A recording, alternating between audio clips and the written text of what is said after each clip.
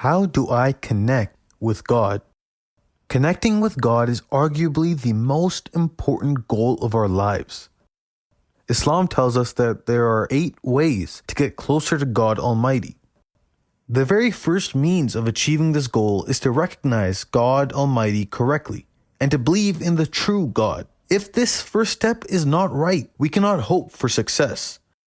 For instance, if a person believes that a bird or an animal or a human being is God, there can be no hope for them finding the right path to progress towards God.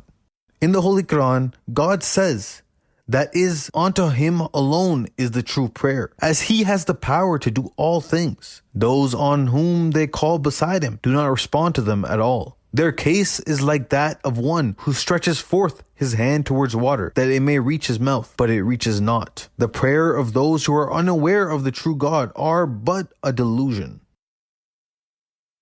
The second means is to learn the perfect beauty of God Almighty, for our hearts are naturally drawn to beauty. It helps to build love for God in our hearts. God's beauty is His unity, and His greatness and His majesty and His other attributes, as the Holy Quran says. That is, God is one in His being and His attributes and His glory. He has no partner. All are dependent on Him. He bestows life on every particle. He is the source of grace for everything and is not in need of grace from any. He is neither a son nor a father, for He has no equal, and no one is like unto Him.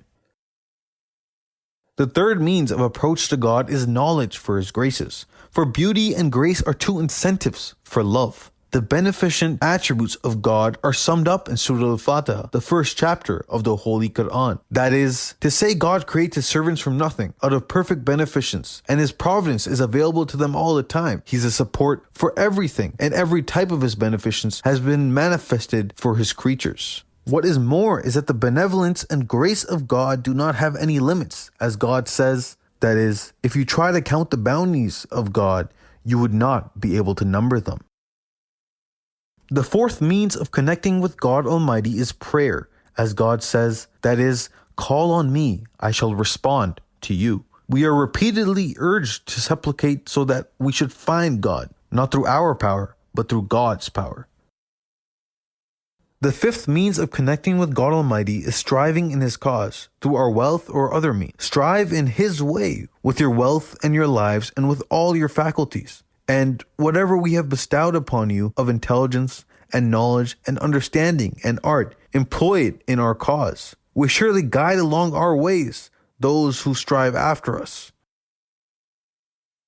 The sixth means of achieving this purpose has been described as steadfastness, meaning that a seeker should not get tired or disheartened and should not be afraid of being tired. The Quran teaches us a prayer. Guide us along the path of steadfastness, the path that attracts your bounties and favors, and by treading along which one wins your pleasure.